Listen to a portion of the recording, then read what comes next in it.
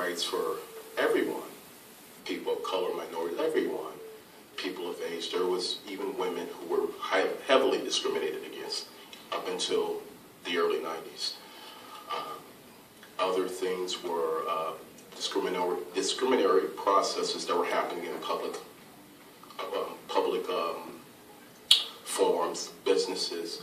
So a lot of the accolades that Dr. King brought about, or the SCLC came through and brought, have benefited us even to this day.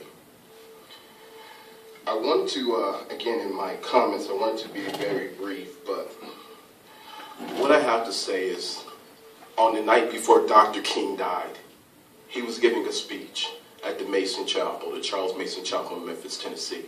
And that speech was not about African American or Negro civil rights. It was about the plight of impoverished people around the world. Poor folks. Dr. King, in his eloquence and his speaking ability, he said, we are trapped in a tangled web of neutrality, meaning what affects one affects all. Aren't we still dealing with those types of problems today? Let me explain. I'm going to explain, and I'm going to be brief. Guantanamo Bay is the topic of the theme of why we're here. Guantanamo Bay and how it should be closed down.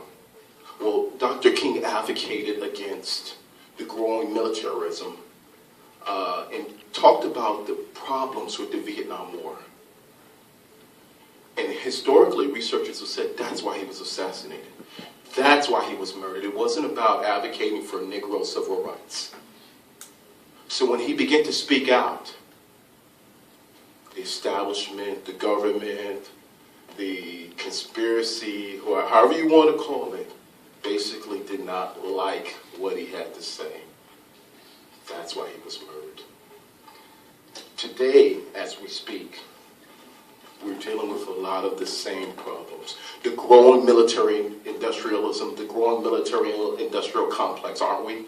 Yep. Don't we have those problems today? Yep. Didn't we see just down in Ferguson how mechanized infantry units and mechanized tanks and infantry battalions, the National Guard was just deployed against who? Did we see those people as black? Yes, they were black.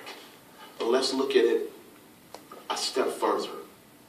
Let's look at it as those people were impoverished people, those people were poor people. My community wants to say a lot of times that the issues that we deal with are because we are discriminated against because we're black.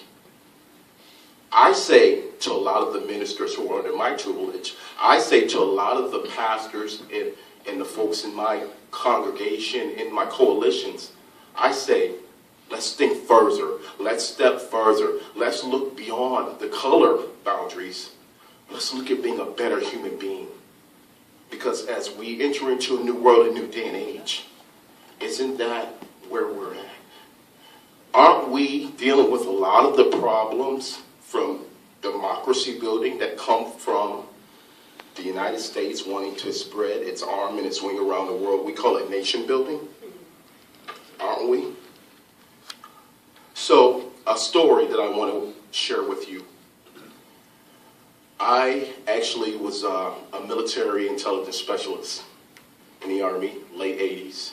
I decided that it was around the Persian Gulf War, and I was called to be deployed overseas. Well, at the point in time, 20 years old, I went in when I was 18. I decided that because of what I believed as a Christian, a person of faith, a young person, that I wasn't going to go over to the Gulf and fight and murder and kill anybody for the purposes of politics, because I looked at it as a bureaucratic war. You might disagree, you might feel that it was wrong, you might feel that it was not the right thing to do. I struggle with that to this day, because my friends went there, some of them, and they died. They died in that war. I didn't. What happened to me was I became what we call a conscientious objector. Does anybody know what that is? Yeah. Okay. Conscientious objector, meaning that I was released out of the military because of my religious principles.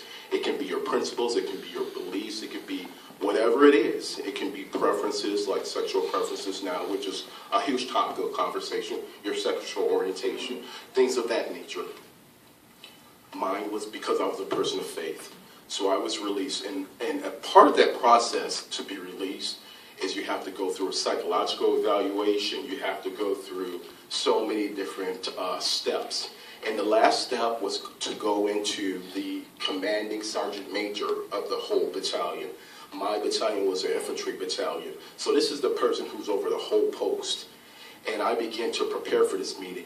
And as I was preparing for this meeting, Sergeant Major Rocky Hauser, very heralded figure, had been in every war probably over the past 20 years from that point prior. And I was really ready to do a battle of the minds with him. I thought it was going to be a battle of mental jiu-jitsu between me and him, right?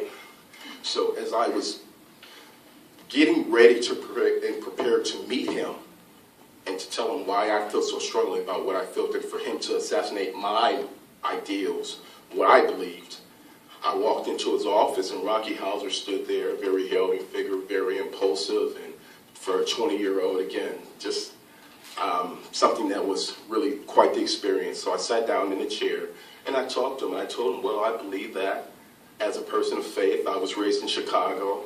I had a Catholic parochial upbringing. Joseph Cardinal Bernardine was my bishop in Chicago at that point in time, which, if folks know Chicago, Joseph Cardinal Bernardine was the presiding bishop.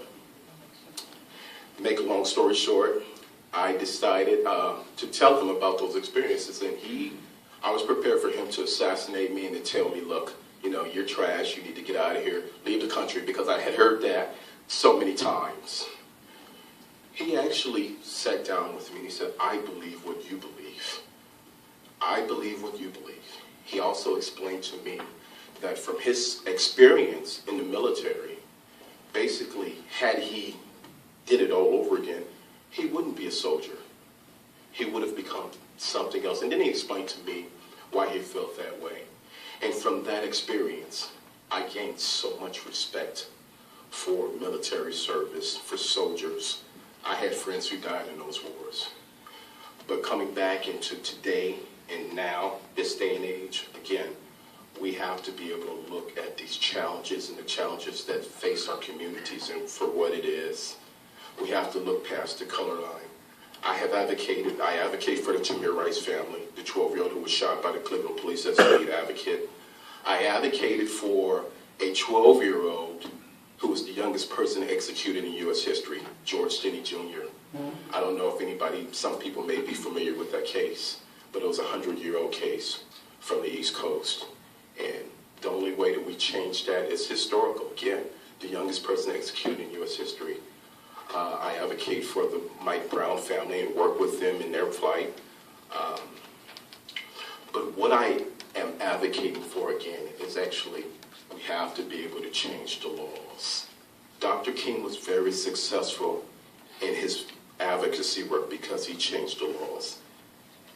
He didn't look at it as a black struggle, even though it was largely a black struggle, but if you ask, again, it was about what affects one affects the all. So our struggle today has to be to elevate the plight of poor people around the world. Our struggle today has to get beyond the color boundary.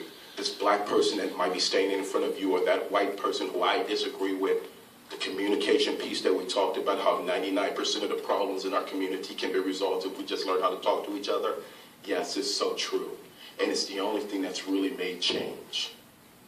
It's the only thing. You asked a question. You said, why does Trump, correct me if I'm wrong, feel the way he feels? Why is he even allowed to have that platform, correct? That was the question.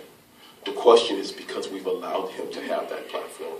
We've allowed the voices of everyone as a country. Anyone who wants to speak can speak. Anyone who wants to share. And there were people who believe that. But James Madison had a quote, which I want to leave you with.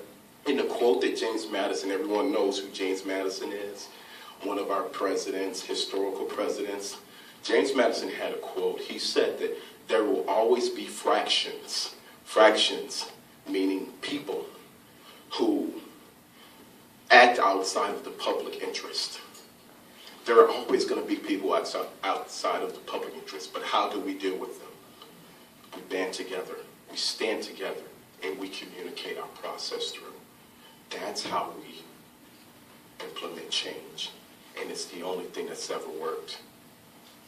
So I appreciate the opportunity to talk to you. I appreciate being here, and I thank you for all the work that you've done, the advocacy, the work that you're putting in, and how we're implementing change together. And I would hope, again, over the course of the next several months, we are in a very historical and critical period in our country. And I would hope that every last human being, every last man, woman, child elevates beyond the problems and can see clearer for what the issues really are. Because again, as we enter into a new world, a new day and age, there has to be change. And it has to start not with President Obama, not with Donald Trump. We're giving them too much credit if we look there, but it has to start with you and I. The conversations we have with our neighbors, the conversations we have with our living room, the conversation we have with our church organization, and that's how we implement change. 99% of the problems can be resolved if we just learn how to communicate. God bless you. Thank you.